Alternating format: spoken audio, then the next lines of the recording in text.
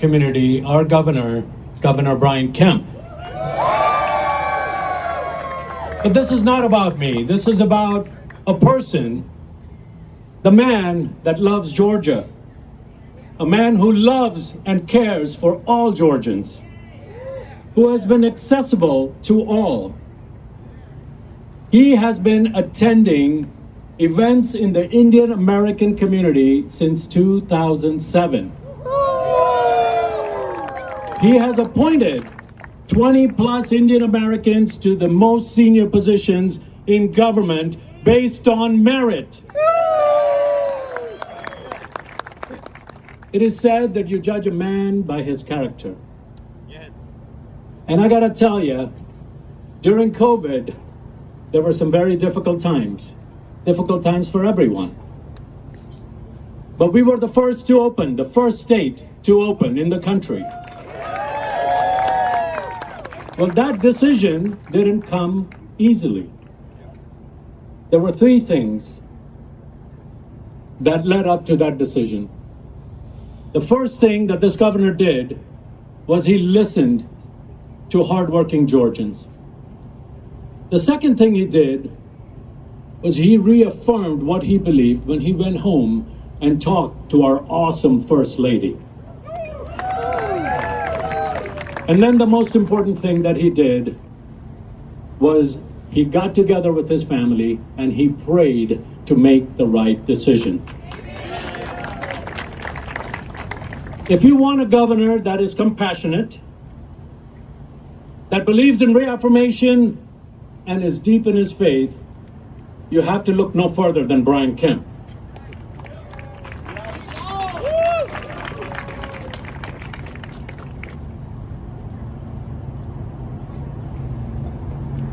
The other thing I want to tell you is when we talk about a man's character, during some of the 2020 elections, I know that there were some difficult times. And I had reached out to the governor just to offer a lending hand, a shoulder. And, you know, despite all the difficulties he was going through, I got to vouch for one thing. And that one thing is that he never said one thing negative about the governor, about the president. If that doesn't tell you about this man's character, I don't know what does. There are over 40 mandirs. There are Sikh gurudwaras. There are Jain temples that are here. And we all celebrate Diwali, and we all wanted the governor to be present. And clearly he couldn't go to all of them. But today he said, I want to make sure that I come personally and wish everyone, the entire community, a happy Diwali and a happy New Year to those that are celebrating.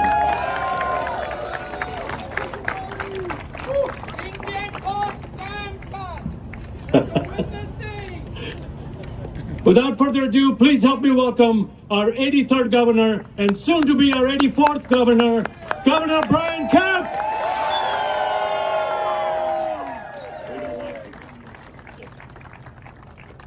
I'd like to request the governor to please light the ceremonial Diya.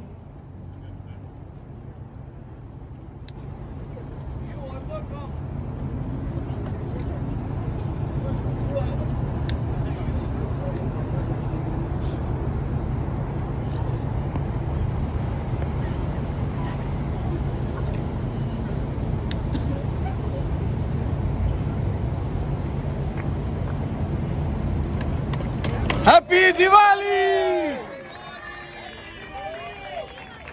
In the spirit of Diwali, in the spirit of Indian tradition, I have also brought for the governor some sweets. Governor, I hope you enjoy these sweets, and I hope that our relationship between you, your office, and our community remains as sweet as it has been for the last 15 plus years that you've been around in state government. Thank you. Well, thank you so much, Rick, and happy Diwali to everyone. Happy New Year. Let me take a moment just to wish you joy and peace in the days ahead. I'm so grateful for so many friends and members of the Indian American community, but also our great supporters in this part of the state for being here with us today. I'm honored to be here with the greatest First Lady in the country and one of our first daughters, Amy Porter.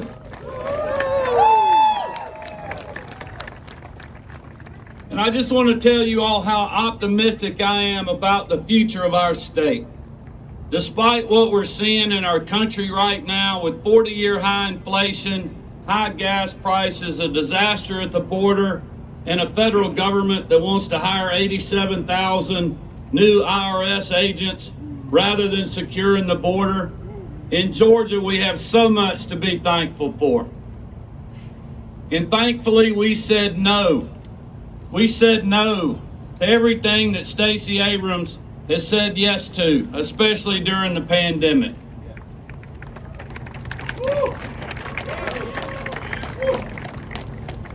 You know, when I reopened the economy, as Rick was talking about, the first state in the country to do that, took the most criticism for it.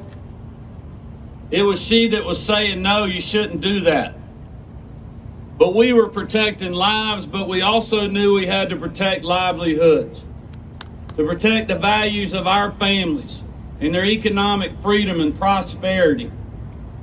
And we pushed to get our kids back in the classroom, which is where the data and the science and the Biden administration and the Trump administration said they needed to be. Stacey Abrams criticized us for that. But we didn't listen to her. We said, no, this is the right thing to do because we were fighting for you and for your family and for your children.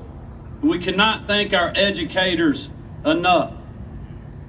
And when Stacey Abrams was saying yes to defunding the police, yes to ending cash bail, and yes to serving on boards that were paying her, that were spreading the narrative and propaganda of the defund the police movement, we said no to that.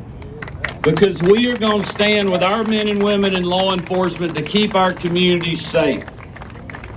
And that is what people in this community and people all over our state and all over our country want leaders to do.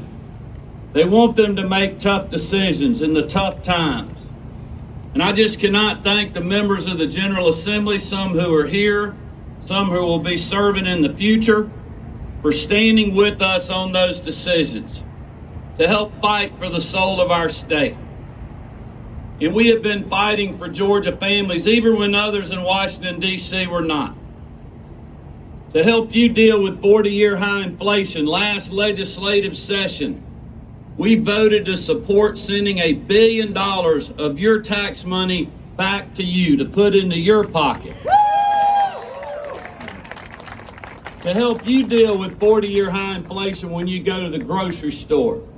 We have suspended the gas tax since March to help you fight through high prices at the pump. Last year, during the legislative session, because we were open in our state, when Stacey Abrams didn't want us to be, we had excess revenues and a great business environment and 2 record years of economic development in a row. And it allowed us to work with the General Assembly to pass the largest state income tax cut in Georgia history just this last year during a pandemic.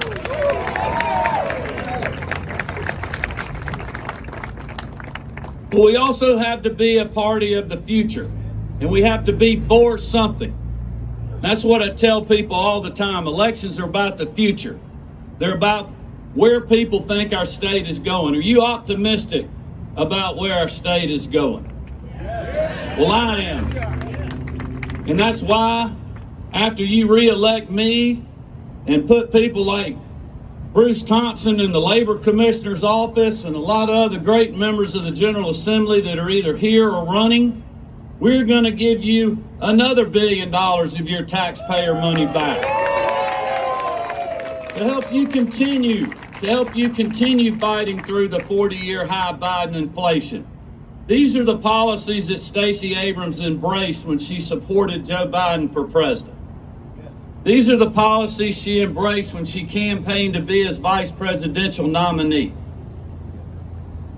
But we're going to do more than that, because our economy was open when others weren't, because our business environment is so good and our revenues have been so great, and because we have one-time money, because our citizens were so resilient. You all were so resilient. We know property values are going up in our state, which means your property taxes are going up. And not every local government is rolling the millage rate back to help offset the new tax. We're going to help you afford that.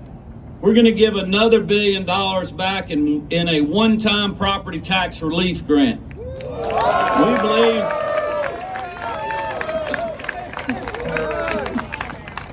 We believe that'll save the average homeowner between 15 and 25%.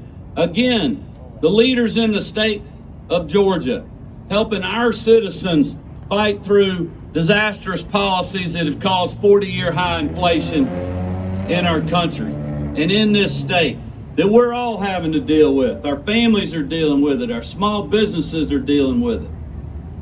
We're also going to put more money into education like we have been doing, to help with learning loss, to help with our teacher pipeline, to make sure that we have the right amount and the right teachers in the classroom, continuing to focus and put more money where our mouth is in regards to school security, training our school resource officers to make sure that we're keeping our kids, our teachers, and our administrators safe in the classroom.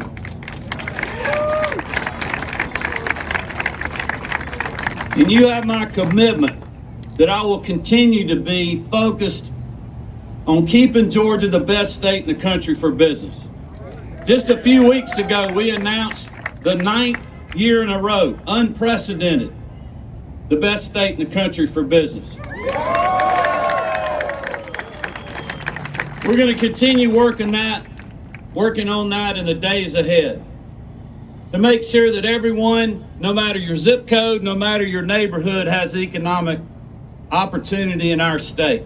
And that's exactly what we've seen under the Kemp administration and Republican leadership by the great folks that are here with me and many that are not. We had 2 record years in a row for economic development.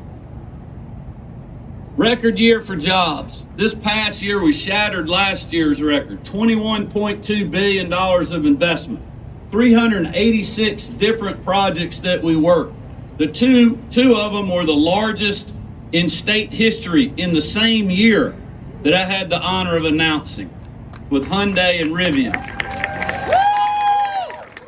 Over 51,000 new jobs coming to our state with all those projects, literally in all parts of our state. No matter where you live in Georgia, you can have economic opportunity in the future. And I believe that your children will have economic opportunity in this state, and I believe that our grandchildren will as well, because of the investments that we have made in this state when many other governors had their state locked down. They had their kids in a basement instead of the classroom. And they were talking about what a great idea it was to defund the police.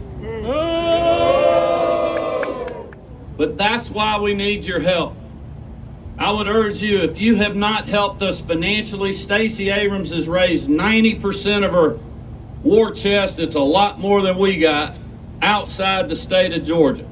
From places like California and New York and Chicago, people trying to bring their values to our state with their money through her. We have to fight back against that. So go to BrianKemp2022.com. If you can make even a small contribution, it will help us offset the California, New York money. But let me tell you this.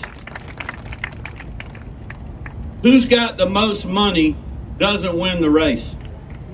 The person that has the most votes, over 50%, wins the race. That's where we want to be. And we can only get there with your help. So do not underestimate your individual ability to get the vote out. We're not asking you to move mountains.